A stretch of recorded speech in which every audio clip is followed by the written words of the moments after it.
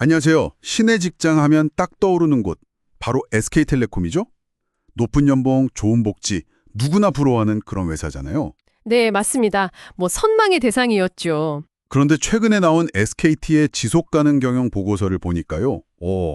우리가 알던 이미지와는 조금 다른 모습들이 보이는 것 같습니다. 네, 겉으로 보이는 화려함 이면에 좀 주목할 만한 변화들이 있어요. 오늘 저희가 이 자료를 좀 깊이 파보면서 SKT의 현재 상황, 그리고 그 배경에 대해 자세히 이야기 나눠보려고 합니다.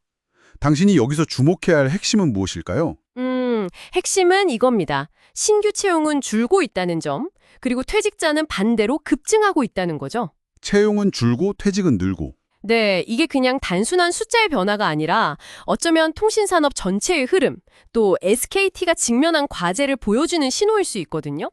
같이 한번 그 의미를 파헤쳐 보시죠. 네, 좋습니다. 그럼 구체적인 숫자부터 좀 볼까요? SKT 신규 채용 인원이 2022년에는 540명이었는데 2023년엔 427명, 그리고 작년엔 379명으로 이렇게 2년 연속 감소했어요. 그렇죠. 거의 30% 가까이 줄어진 셈이죠. 확실히 가고 싶은 회사라는 그 이미지와는 약간 거리가 느껴지네요. 반면에 퇴직자는 작년에 337명.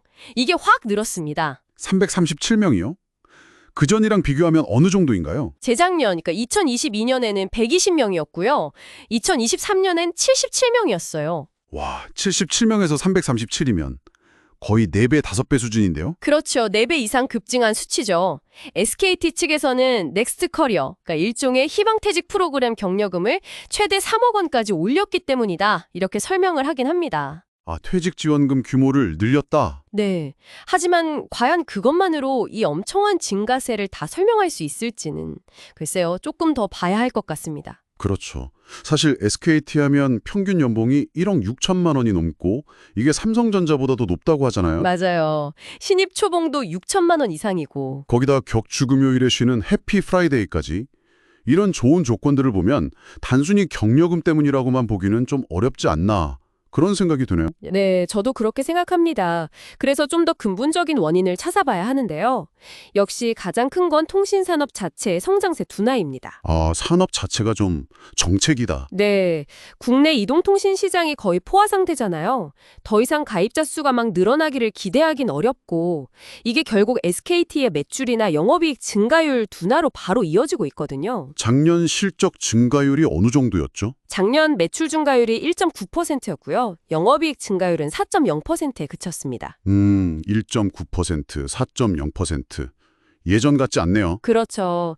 그러니까 이제 신의 직장이라는 그 타이틀을 이렇게 계속 유지하기에는 점점 좀 빡빡한 환경이 되고 있다. 이렇게 볼 수 있는 거죠. 게다가 올해 전망도 그렇게 밝지만은 않다는 이야기가 있던데요. 네, 맞아요.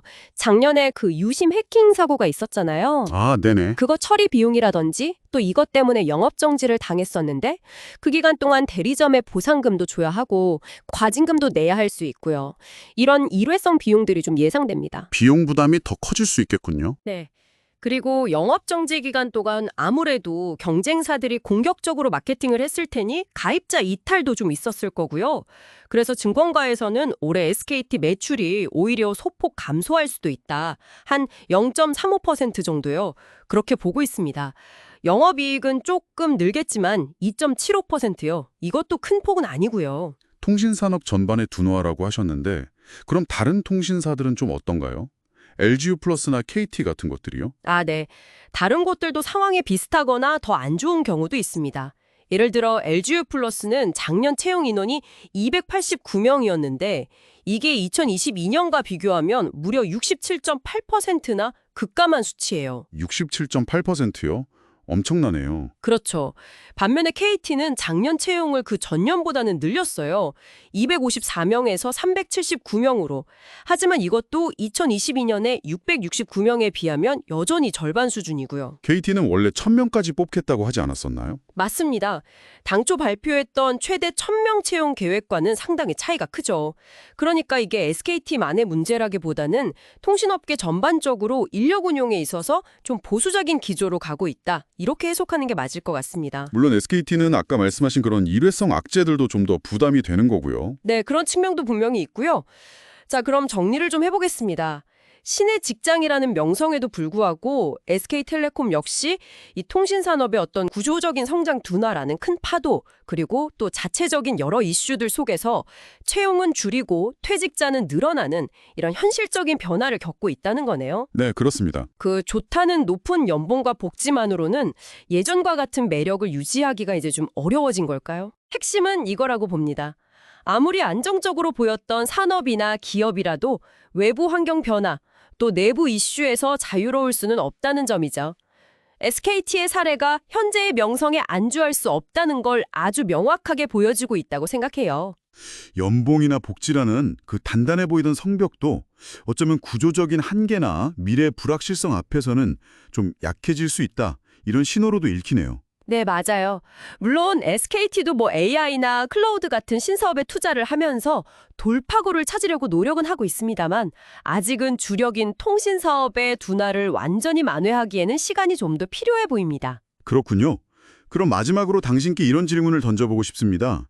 SKT를 포함해서 이런 전통적인 통신 강자들이 현재의 위상을 지키고 또 미래에도 계속 성장하려면 이제 앞으로 어떤 혁신과 변화를 만들어 가야 할까요? 단순히 그냥 빠른 연결 서비스를 제공하는 걸 넘어서서 어떤 새로운 가치를 만들어내야 할지 좀 더 깊이 고민해봐야 할 시점인 것 같습니다.